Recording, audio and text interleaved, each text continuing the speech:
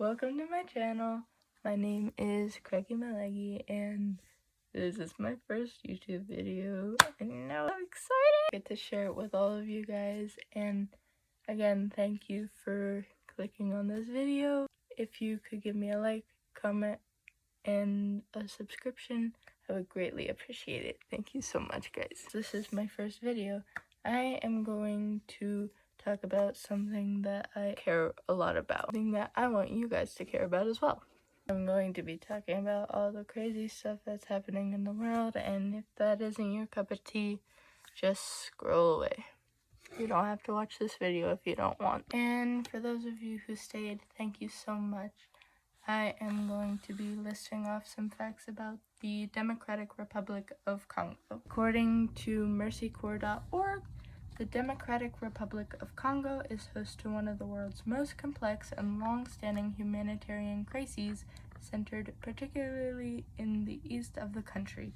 More than 2.1 million people were forced to flee their homes in 2017 alone, equivalent to an average of 50 families fleeing every hour every day. Currently, more than 100 different armed groups vying for territory and control in eastern Congo. This conflict is causing massive displacement and urgent humanitarian needs as families flee their homes for safety. The armed conflict and insecurity has displaced 4.5 million people within the country. 13.1 million people need humanitarian assistance, 5.6 million more than in 2017. Over the last year, with intensified fighting, the humanitarian situation has dramatically worsened. The country is currently battling its 10th Ebola outbreak, which has already killed more than 1,500 people. It is now the worst Ebola outbreak in the Democratic Republic of Congo's history. Over 50% of the total cases have occurred in the past 3 months. 2 million children suffer from severe acute malnutrition. 1 in 10 women and girls experienced sexual violence in 2016.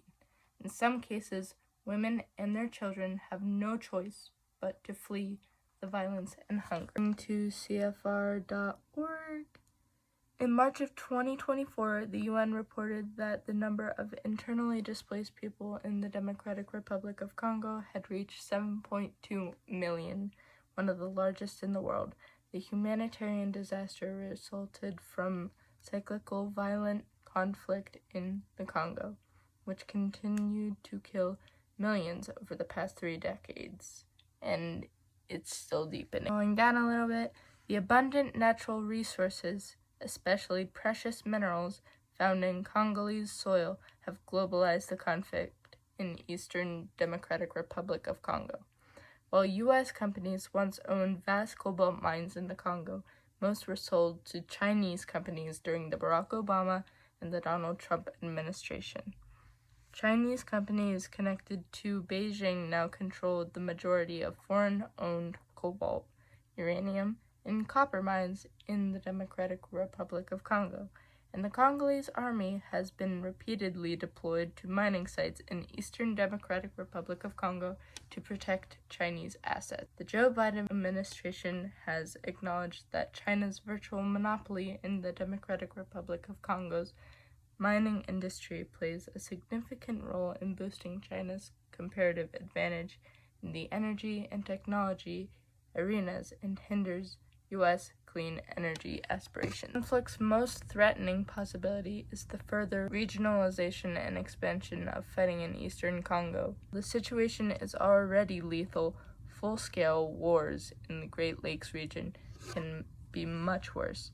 The Second Congo War is widely considered the deadliest in human history since World War II. Currently, the Democratic Republic of Congo is embroiled in an ongoing political confrontation with Rwanda. According to WBUR.org, most of the world's cobalt is extracted in the Democratic Republic of Congo. To get it, hundreds of thousands of Congolese people labor with no other means to survive. And a little bit, currently in eastern Congo, more than 100 armed rebel groups, some of which direct aid from neighboring Rwanda, are fighting for control of mineral-rich lands.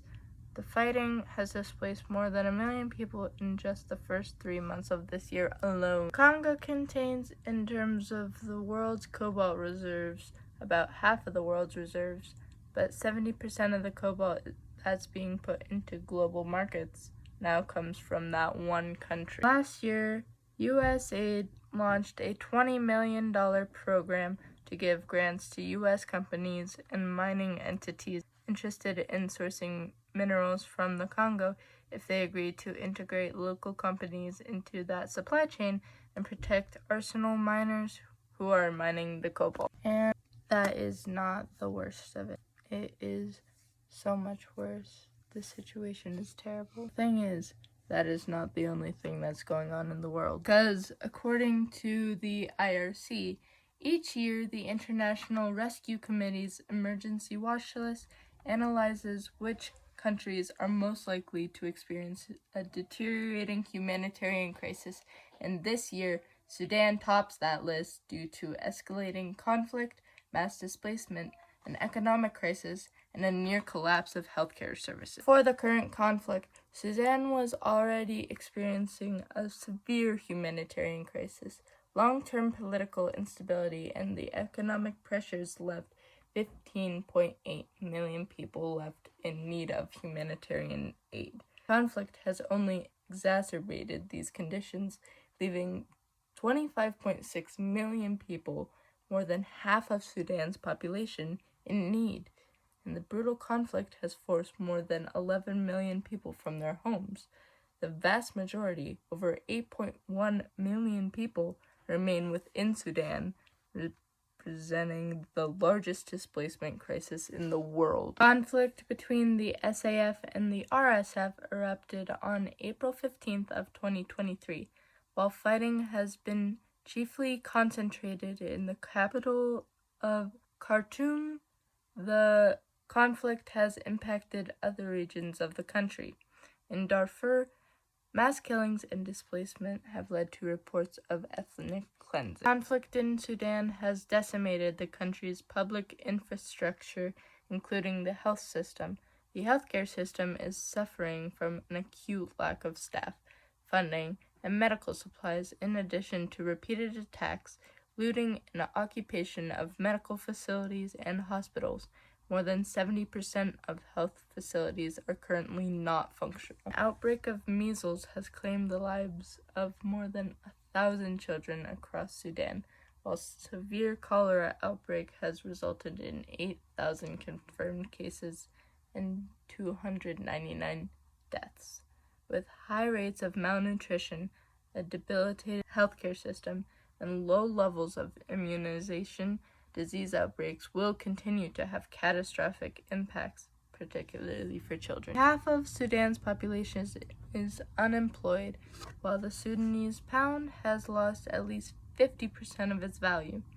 In Khartoum, factories, banks, shops, and markets have been looted or damaged, further reducing the population's access to goods, services, and cash. At least 10,400 schools in conflict-affected areas are shuttered, leaving an estimated 19 million children without education and at risk of abuse or exploitation, up to nearly 7 million before the conflict broke out. Extreme levels of food insecurity and malnutrition are affecting over 25 million people in Sudan, marking one of the worst food insecurity emergencies in the world.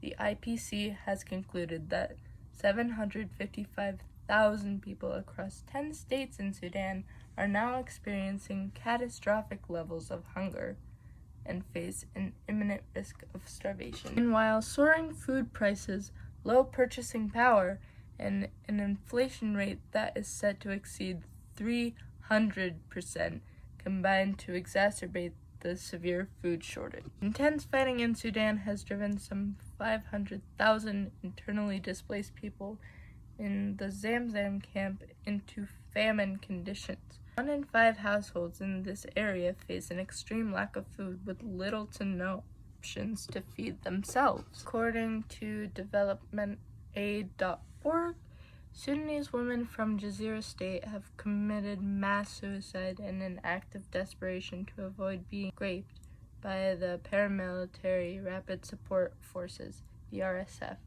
Some media sources have reported that the act was committed on the 26th of October by over 130 women, a number that has not yet been officially confirmed. According to the report, RSF members have been systematically perpetrated gang rapes, abductions, and detention in conditions that amount to sexual slavery. It really hurts my heart to know that all of these things are happening around the world, and I hope that we begin to talk about all of these things that are happening in Palestine, in Sudan, in the Congo, in anywhere that is suffering.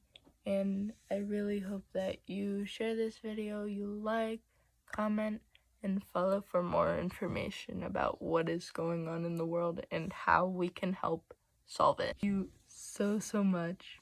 I'm so appreciative.